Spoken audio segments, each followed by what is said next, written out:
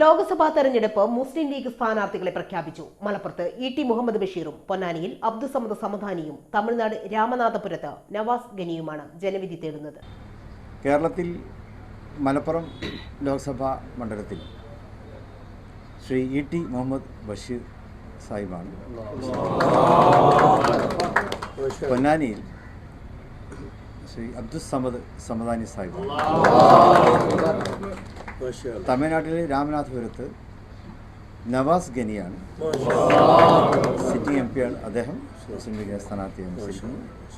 ഇനിയിപ്പോൾ ഈ 3 സ്ഥാനാർത്ഥികളുടെ വിജയത്തിന് വേണ്ടി എന്നതുപോലെ തന്നെ എല്ലാ ദേശീയ തലത്തിലും അതുപോലെ തന്നെ നമ്മുടെ കേരളത്തിലൊക്കെ തന്നെ എല്ലാ മുസ്ലിം ലീഗും കോൺഗ്രസും ഒക്കെ നേതൃത്വം കൊടുക്കുന്ന മുന്നണിയുടെ വിജയത്തിന് വേണ്ടിയുള്ള പ്രവർത്തനങ്ങളിലാണ് ഇനി നമുക്ക് ശ്രദ്ധ കേന്ദ്രീകരിക്കേണ്ടത്.